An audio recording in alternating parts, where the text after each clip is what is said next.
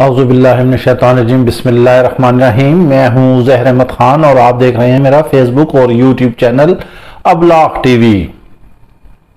آج ہم آپ کو بتائیں گے کہ اصل اس ملک کا مسئلہ کیا ہے، یہ سارے مسائل کیوں کھڑے ہوئے ہیں، سیاستدان کیوں ایک دوسرے کے پیچھے لگے ہوئے ہیں، اداروں کو کیوں رگیدا جا رہا ہے، ملک کیوں تباہ ہو رہا ہے، معیشت کیوں تباہ ہو رہی ہے، بے روزگاری کیوں ہے، مہنگائی کیوں ہے، ترقی کیوں رک گئی ہے، ہر ترقی کا قدم مفقود کیوں ہے، بیرونی دنیا سے ہمارے تعلقات کیوں نہیں اچھے ہیں، ہماری خارجہ پالیسی کیوں ناکام ہے، ہمارے یہاں جمہوریت میں جمہور کو کیوں رگڑا چڑھایا جاتا ہے، آخر یہ مفادات کی سیاست کیوں ہو رہی ہے اور یہ کب تک ہوتی رہے گی، ملک کب ترقی کرے گا، امن و امان کب آئے گا، خوشحالی کب ہوگی، ترقی کب ہوگی، تعلیم کب عام ہوگی، انصاف کب عام ہوگا، تعلیم کب عام ہوگی، انصاف کب عام ہوگا، بنیادی سہولیات کب میسر آئیں گی، یہ ایسے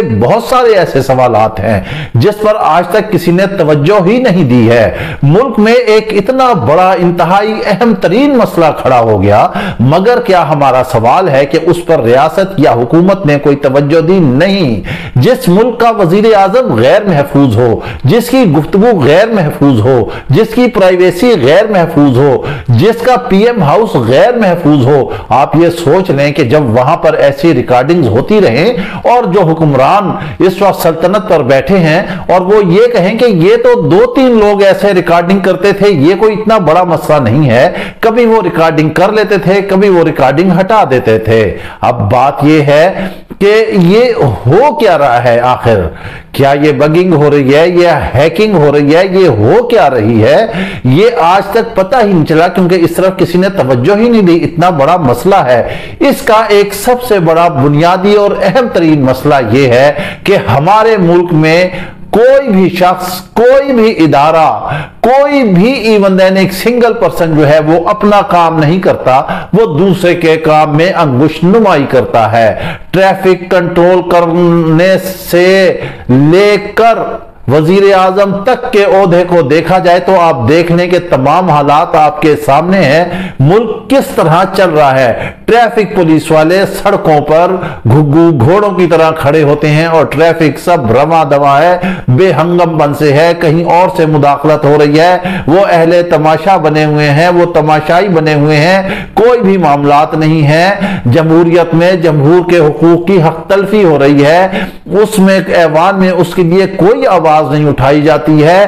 جو حکمران ووٹ لے کر عوام سے جاتے ہیں وہ اپنے ذاتی مفادات میں وہاں پر مگن ہو جاتے ہیں۔ یہ حکمرانی کی سیج، یہ حکمرانی کا تختہ، یہ اس کا اختتام جو ہے وہ تختہ دار پر ہوتا ہے، اس کا اختتام جیل میں ہوتا ہے۔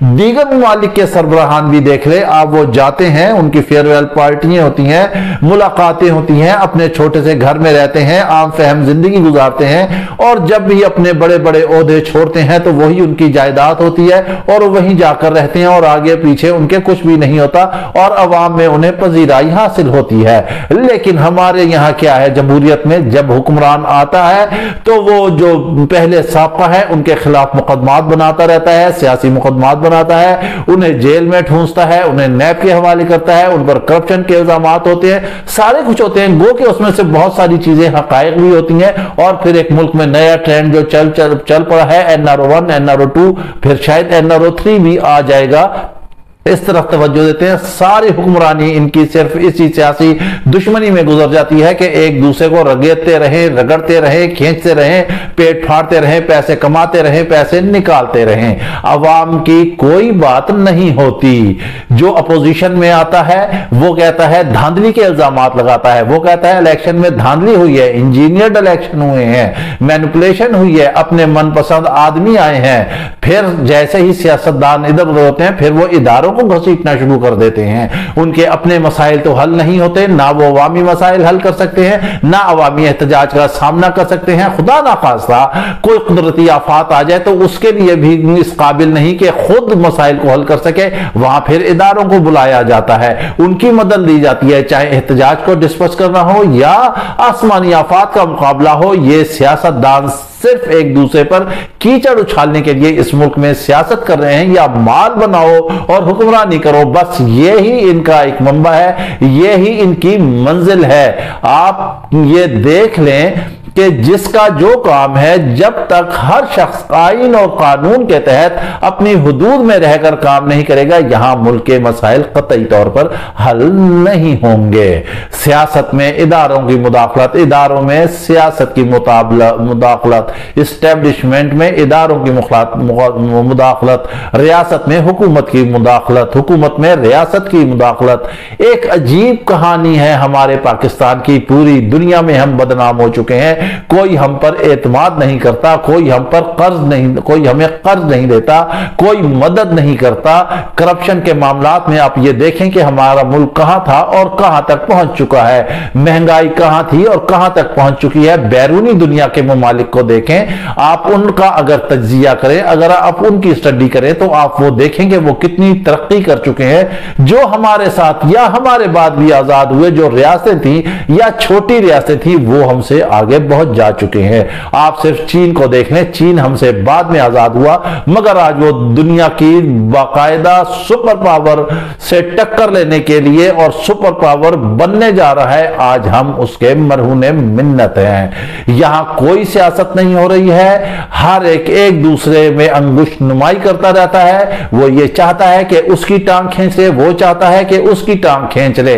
अवाम को हमेशा कुर्बानी का बकरा बनाया जाता है। जो भी आता है वो कहता है कि अवाम तैयार है, कभी अवाम एहतजाज के लिए तैयार है, कभी अवाम लॉन्ग मार्च के लिए तैयार है, कभी अवाम धरनों के लिए तैयार है, कभी अवाम हड़ताल के लिए तैयार है। गर्ज के जो भी कुर्बानी मांगनी है वो गरीब अवाम से मांगनी है। और अवाम भी हमारी इतनी शार्ट टेम्पर्ड है कि वो यकदम पिछले मामलात भूल जाते हैं और जो मौजूदा हालात होते हैं उसको फॉलो करने लगते हैं। 70 सालों से इस मुल्क का बड़ा मसला करप्शन है, जिसको आज तक खत्म ही नहीं किया जा सकता। कायदे आजम के बाद कौन सा ऐसा लीडर आया, अगर किसी ने कोई ऐसी बात की भी है, अगर कोई अवाम की हुकूक के लिए आवाज उठाता है, तो वो सूली पर उसको चढ़ा दिया जाता है।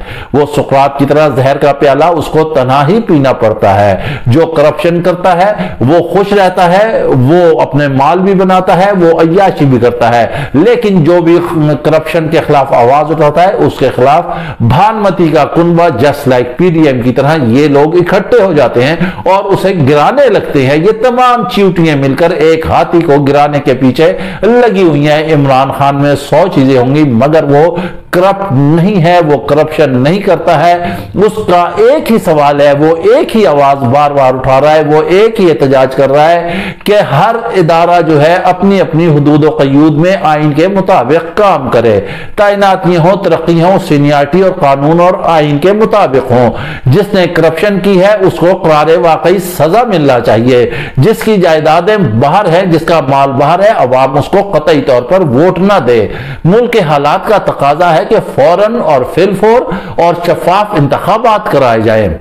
मुल्क ये भी तकाजा करता है कि जो बैरून मुल्क पाकिस्तानी हैं उनको वोट का हक दिया जाए। ये वो सारी चीजें हैं जो कि भानमती कुनबे को किसी सूरत भी पसंद नहीं है, क्योंकि अगर इमरान खान आ जाता है और वो करप्शन के खिलाफ जैसे ही ऐलान जंग कर रहा है और वो करता रहेगा और फिर इनको वो लपेटेगा, तो इनको ये बर्दाश्त ही नहीं है। क्योंकि इन्होंने तो सिर्फ हमेशा अपना ही सोचा है, अपने बच्चों ही का सोचा है, अपना ही शिकम भरा है, अपनी ही दोज़ख भरी है, अपना ही माल भरा है, मुल्क का खजाना लूटा है, अपनी तिजोरियां भरी हैं, बैरून मुल्क जायदादें बनाई हैं, यहां पर शहाना जिंदगी बसर करते हैं। और जैसे ही मसाइल आते हैं बैरून मुल्क प्रवास कर जाते हैं, रवाना हो जाते हैं, फिर वहां खुद साख्ता जलावतनी काटते हैं, फिर वहां से इल्जाम तराशियां होती हैं, वहां से स्कैम आते हैं, वहां से स्कैंडल आते हैं, फिर हुकूमत को रजीम चेंज के तहत तब्दील किया जाता है और फिर उसके खिलाफ एक कैंपेन चलाई जाती है। मसला ये है कि हमारे मुल्क का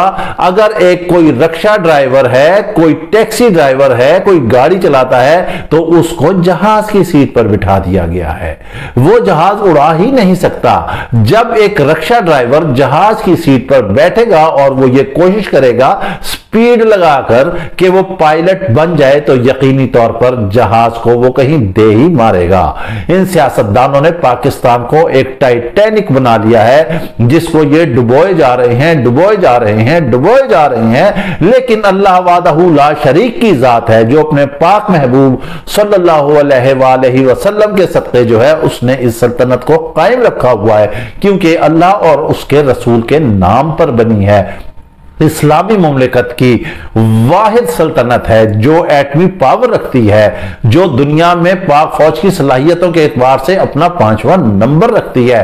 हर जगह हमारी पाक फौज की पेशावराना सलाहियतें सुनहरे हरूफों से लिखी हुई हैं, मगर अफसोस है मुल्क के अंदर कितनी अनारकी फैली हुई है, अवाम तबाह हाल है। आखिर इसकी क्या वजह है? कोई क्यों नहीं लेके 70 से लेकर आज तक की दहाई के लिए कोई ये मानने के लिए तैयार ही नहीं है कि इलेक्शन शफाफ हुए। हर एक दूसरे पर इल्जाम लगाता है। आखिर ये मलबा जो है किसी ना किसी को तो समेटना होगा, किसी ना किसी को तो कदम बढ़ाना होगा। इस वक्त सबसे अहम जिम्मेदारी जो है वो इस्टेब्लिशमेंट पर है। वो ये देखे, वो ये फैसला कर ले कि कौन सही है, कौन पाकिस्तान को तरक्की की राह पर गामजन कर सकता है और सबसे ज्यादा कौन इस मुल्क को करप्शन से पाक कर सकता है। इसका वाहिद फार्मूला है जो कप्तान कहता है, इमरान खान कहता है कि जिसकी जायदादें, जिसका माल दौलत बैरून मुल्क हो, अवाम उसको कतई तौर पर वोट ना दें, उसको रिजेक्ट कर दें। ये क्या बात है, ये क्या तुक है कि ये 30 साल हुक्मरानी करते रहे मगर एक ऐसा हॉस्पिटल इन्होंने मुल्क में नहीं बनाया जहां पर ये अपना इलाज करा सके। सर्जरी कराना हो और कोई इनके मसाइल हो तो लंदन और अमेरिका जा ठहरते हैं। अवाम बेचारी यहीं पर बिस्तर मर्ग पर एड़ियां रगड़ रगड़ कर सिसक कर मर जाए। वो इलाज, उसे इलाज नहीं मुयस्सर है, उसके लिए 2 नंबर दवाएं हैं, उसके लिए अद्वियात इतनी महंगी हैं, उसके लिए डॉक्टरों की फीसें इतनी ज्यादा हैं कि वो उन्हें अफोर्ड ही नहीं कर सकता। वो अपनी जान जाने आफरीन को पेश कर देता है मगर इलाज नहीं करा सकता। एक अजीब कहानी है, साइफर का मामला उठा तो उसका इशू बना दिया गया, उसका स्कैम बना दिया गया।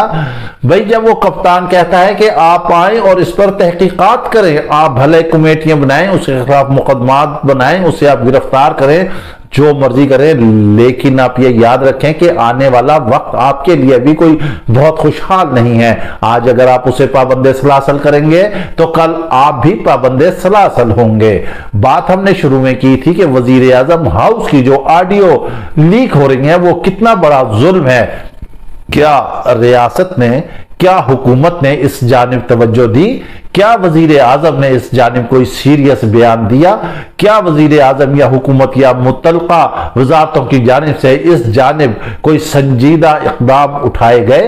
तो इसका जवाब नहीं है। वजारत दाखिला कहती है कि 3-4 लोग ऐसा करते थे, कोई बात नहीं है, कोई इतना बड़ा मसला नहीं है।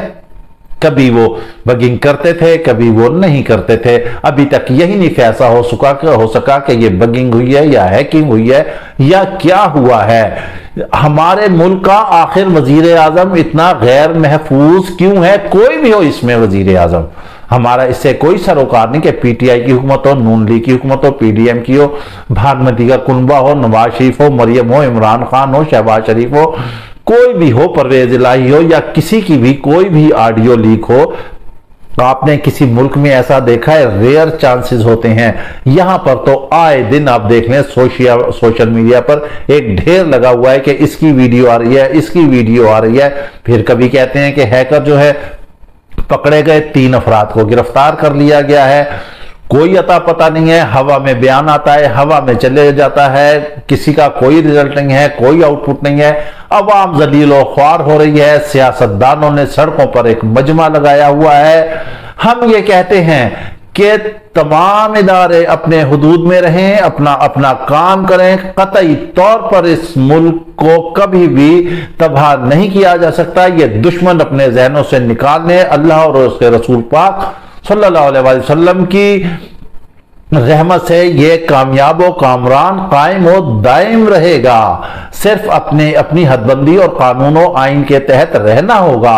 शफाफ इलेक्शन कराने होंगे, अवामी मुतालबात को पूरा करना होगा, अवाम को सहूलियात देना होंगी, उन्हें तालीम पहुंचाना होगी, उनको रोजगार पहुंचाना होगा, उन्हें छतें देना होंगी, उनसे जो वादे वईद किए थे। जो 3.5 साल का आप लोग इमरान खान से हिसाब ले रहे हैं, जरा आप 30 साल का तो हिसाब दें। आप अगर 4 महीने में 3 साल का नहीं कर सकते तो वो 3.5 साल में 30 साल का गंद कैसे साफ कर सकता है।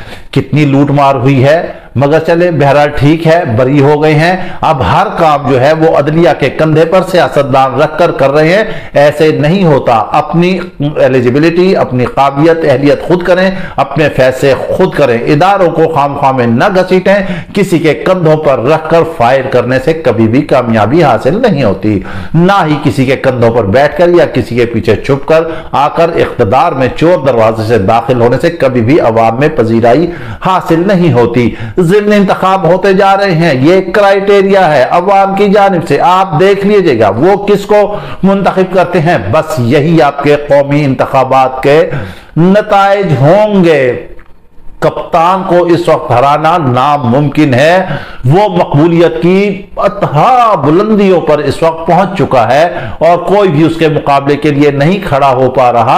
आप हुक्मरान हैं, आप हुकूमत में हैं, आप क्यों नहीं जलसे करते? चंद सहाफियों को बिठाकर, मनपसंद सहाफियों को बिठाकर मनपसंद सवालात करके उसके जवाबात देते हैं और फिर ट्विटर पर, सोशल मीडिया पर दाएं बाएं करके अपने बयानात दागते रहते हैं। आप उसका मुकाबला करें, आप उसके साथ मैदान में उतरें। वो इमरान खान कहता है कि मेरा मुकाबला नवाज शरीफ से नहीं है, इस मुल्क में मेरा मुकाबला उससे कराओ जो मेरे मुकाबले के लायक हो, जो मेरा मुकाबला कर सकता हो। ये लोग मेरे मुकाबले के लायक ही नहीं है। उसकी ये 100% बात दुरुस्त है। इसके साथ ही आप हमें इजाजत दीजिए। अपना ख्याल रखिएगा, साथ अपने इस चैनल का भी।